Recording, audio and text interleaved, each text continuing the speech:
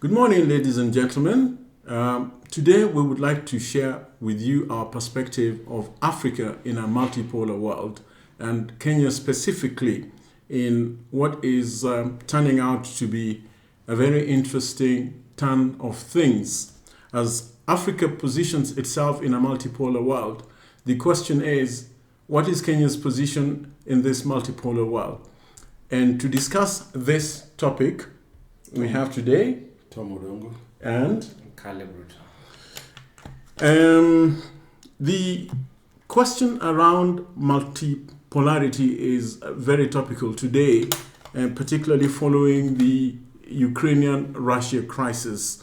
And many countries are beginning to ask questions about the place of Africa in such a multipolar world. And increasingly, Africa is projecting itself as the place with the greatest potential in the whole world as people begin to look at what different capacities exist in different locations in the world. And Kenya, in this kind of arrangement, is beginning to question its potential. So what is Kenya's potential in a world where people are speaking to their endowments? What would Kenya be putting on the table where people are discussing such endowments as gold, uranium, natural gas, oil, diamonds? What, in your opinion, should Kenya be putting on the table in terms of its potential when people are discussing such huge potentials that we can only dream about? Yeah, I think what multipolarism has brought into Africa is the realization that neocolonialism has been a major constraint to their economic development. And I think what they are doing is they are seeing an opportunity to claim back their sovereignty, to be able to control how their resources would be used. And Kenya is in this debate as one of the leading countries, but has completely a different economic structure that cannot necessarily be inspired by conversation around resources underneath. Kenya's economy has been relatively more efficient and probably has only benefited from that efficiency, and mainly because of the quality of the human capital. And so as countries talk about what they're going to do with uranium, how they're going to structure trade on their natural resources, minerals, and the rest of it, Kenya need to look differently in terms of how is Kenya going to benefit from this? How would Kenya retain its dominance as one of the top African economies? It would not be about the resources underneath. It would be about how well we are going to utilize our human resource capital. Well, I mean, Kenya seems to me as an underdog, even looking at the region around East Africa. I think the resource potential in Tanzania, for example, I mean, just looking at arable land or diamonds or its natural oil capacities, or looking at Uganda with 100% arable land and the prospects of oil, and then looking a little more eastern to Congo, and it's amazing the kind of resource they do have there. And if you look north to Ethiopia, the capacity to produce electricity is incredible. Currently producing 15,000 megawatts of power and having even more capacity to produce green energy. It seems like Kenya's capacity pales completely in the face of such natural potential. So can Kenya really hack it, even if it wants to boast about its well-trained capacities? Is our human resource capacity that good enough? Is it prepared to play a logistical role in the region? I think not. I think we have arrogated ourselves a position that we may not be able to defend. Okay. Okay. The human capital as a resource we do have, and it's a very competitive resource.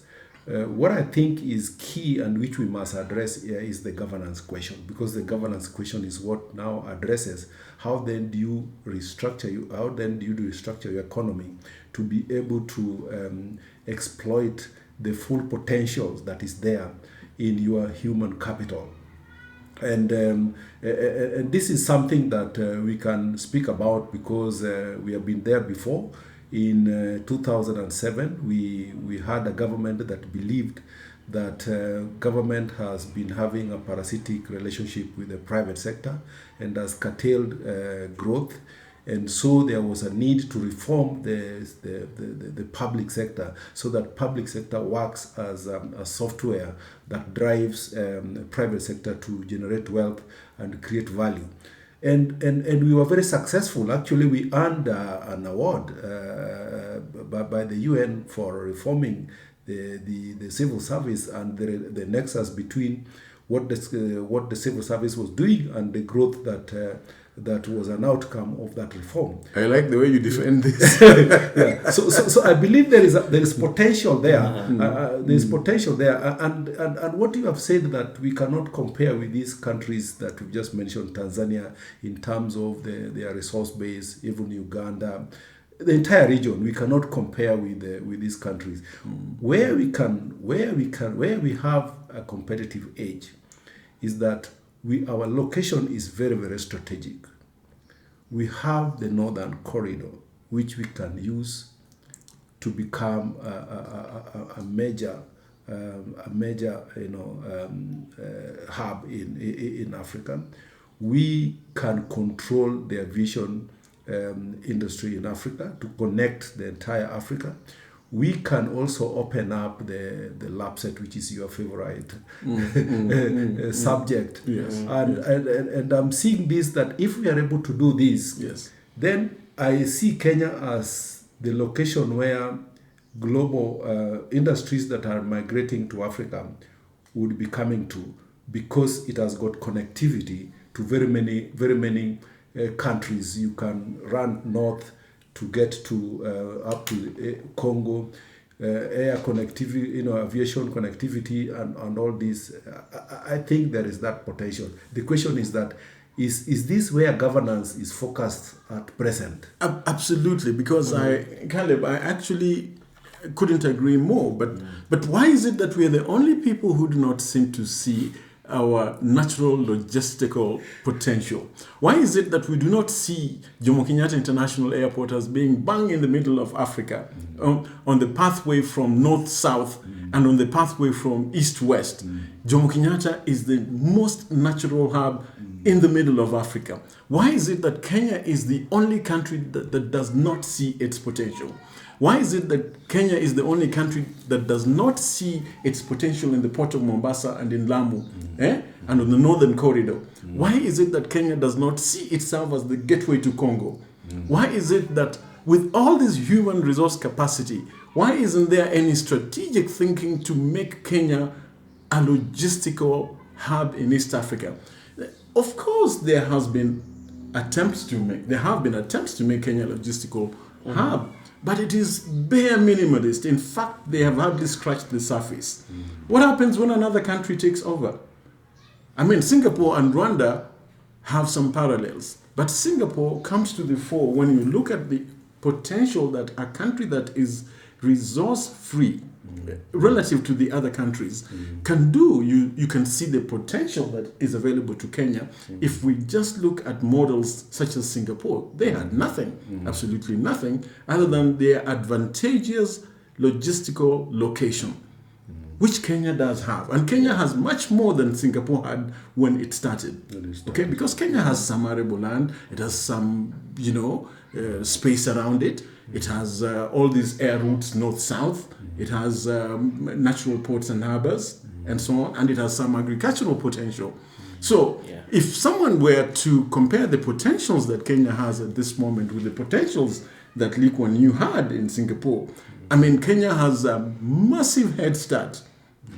So why is it that this doesn't happen? I think you have to attribute this to the political expediency that is like cancer in Kenyan society. we have examples of projects like the SGR that ends in someone's farm. And you see how that's a perfect example of how, you know, people have really subverted the role of government in terms of driving policy that makes society better, that capitalizes on such advantages we are speaking of, and they use it as sources of wealth for them to be able to buy political power for the next cycle of elections. Okay. So the more we are stuck in such a framework where people take their own personal interest above the interest of the nation, Yes. then I think we are never going to be able to move forward. Tragically so, because I mean, this minimalist approach has got to do with, to a large extent, our political economy. Okay, what do you have to say to this? I think that's really the core of the matter. Because seriously, I mean, for us we have had Vision 2030 for a long time, and most of the things we are talking about, that vision speaks to all this, and the path to implementation of this are very, very clear in that document. Obviously, private sector partnership would always yield results provided the government leads the way. And I think policy implementation is where Kenya seems to be going wrong, and professional input especially in the governmental sector has really diminished greatly, and majority of government decisions, whether it's about the allocation of resources, prioritization of projects, and even territorial development, where is this going to happen, has been fundamentally political recently. And that means that even our utilization of the potential of the human capital within the government sector is very, very low. Absolutely. It's very, very, very low. Absolutely. It's very, very low. And until that gets to the point where we were in 2007, we cannot achieve this, because let's face it, we have achieved a lot in the previous regimes because of the focus that was there in the public sector. I couldn't agree more, because if you allow me to interject, that political expediency has been promoted over the human great capital that we have, even to the extent that we have used our political expediency to drive agenda that has nothing to do with global competitiveness, but rather than to gain political advantage locally. And so the focus of our politics has been to promote our own political interests in a domesticated way, rather than deploying our human resource capacities and allowing them to help us to make the best policy decisions to be globally competitive. And for me, the competition between local political interests and the great need to create regional and global competitiveness is really a problem that we need to unlock. Yes, actually, that is you summarize it well. That is what must be addressed. Because look at the way governments people structure government in order to deliver on a vision. Absolutely. And if you look at the way our governments have been organized lately, you find that the structure of government is evolved to give jobs to supporters, which means basically it is patronage, based, and patronage over meritocracy. Over meritocracy. Yes. So one of the things you find is that it creates more fragmentation and increased inefficiency. But worse, it begins now to erode the quality of the human capital in the governmental sector, where now increasingly people who are bringing, and we are talking about a civil service that traditionally has had the best brains in this country for a very, very long time. And now we are beginning to see people who are basically being given position because they are politically correct, and also because they are recouping their investment in politics. And that means that the vision is lost. the Vision 2030 does not become the center, the main template that informs activities. And you make a great point there, because now, if in this discussion it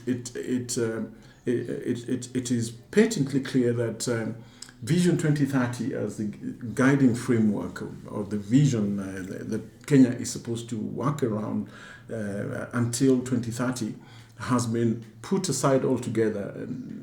That means that we're not organizing our potential around that vision, and political expediency has taken center stage. It means that you do not need to recruit the best in the private sector or the best in the civil service. It means that our so-called great or golden human resource capacity has not been put to the best use possible because it is trivialized at the expediency of politics. Exactly. Okay? Exactly.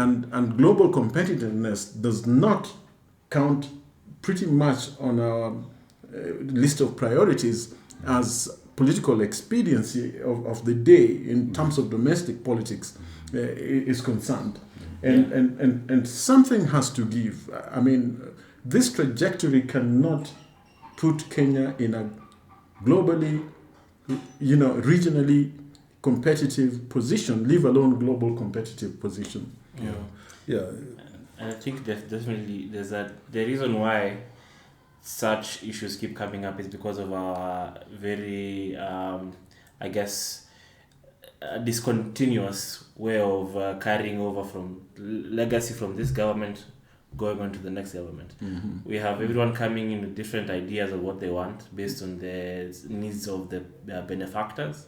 And so it becomes now, when I get into office, who do I owe? I didn't know benefactors had needs.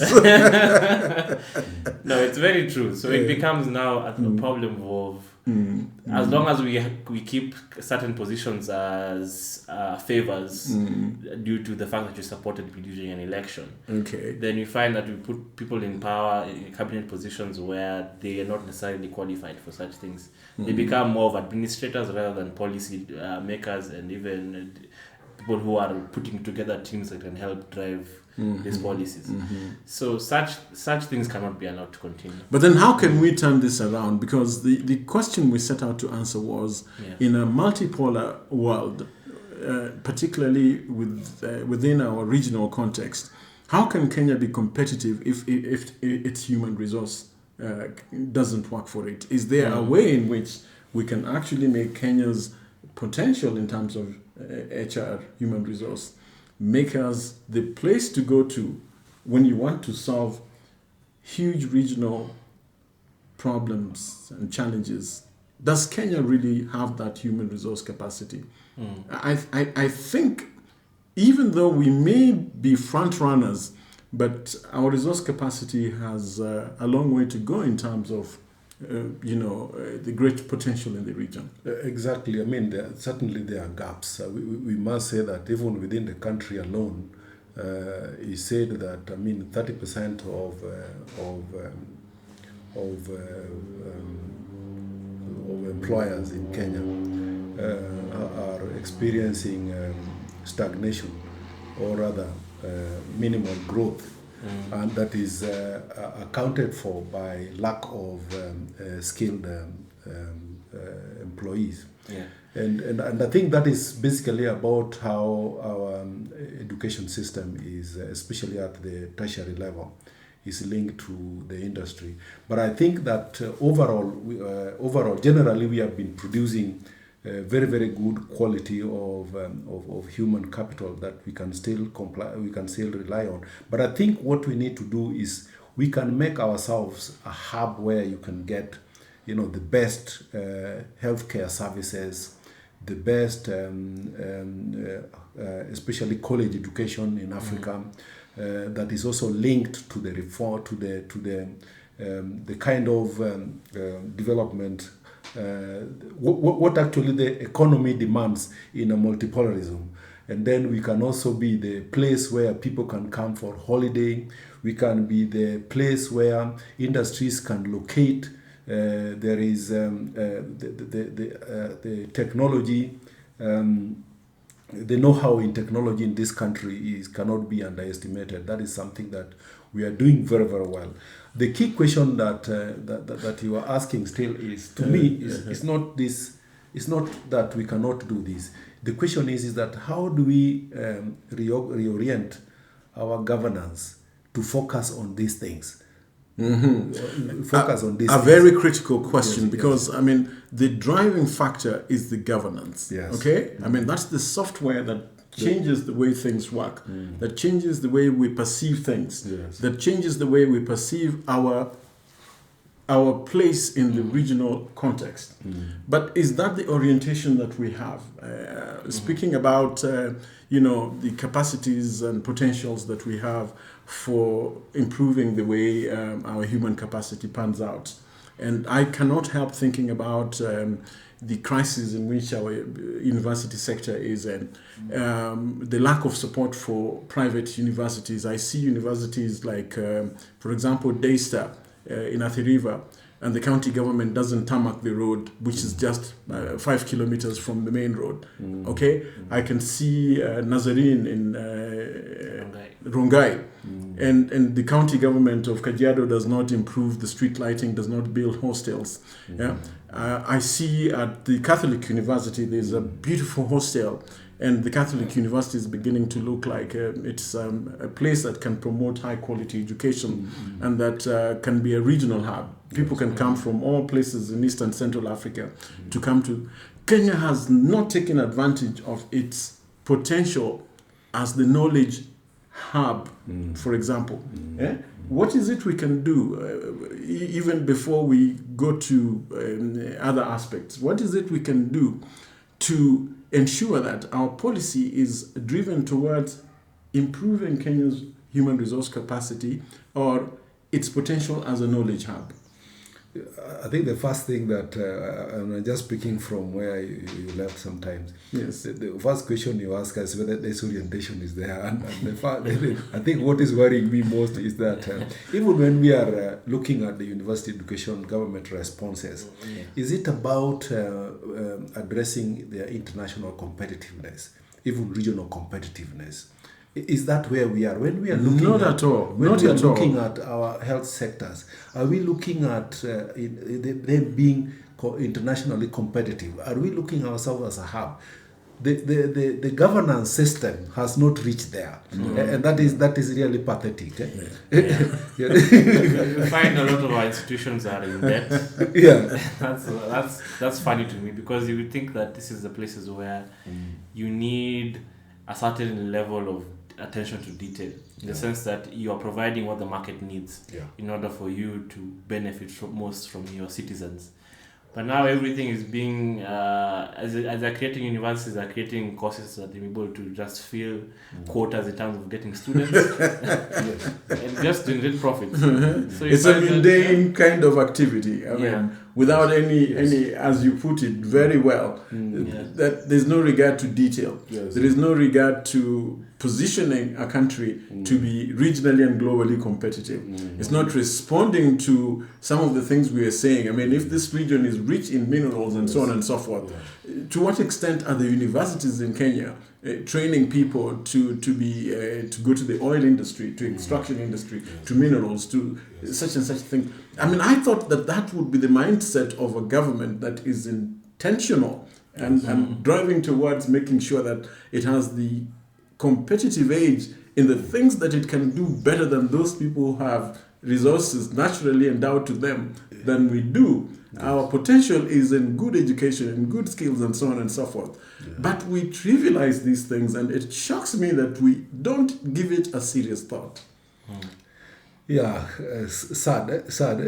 But I think it is a conversation that cannot be. You cannot conclude it in one episode. Yes. And we are not even going to be the ones who will conclude it. This is basically to start off a conversation around this, that because we must refocus our governance on the future that we need.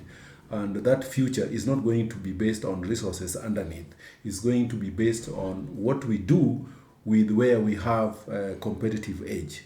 And that to me is where we need to pressure that there must be a way in which politics begin to see how Kenya can play an important role. Because if we don't, we will never be the fifth major economy in Africa. We could be overtaken by very many countries because what they are doing is to take their sovereign power over their resources back. And some of these people have a huge amount of resources.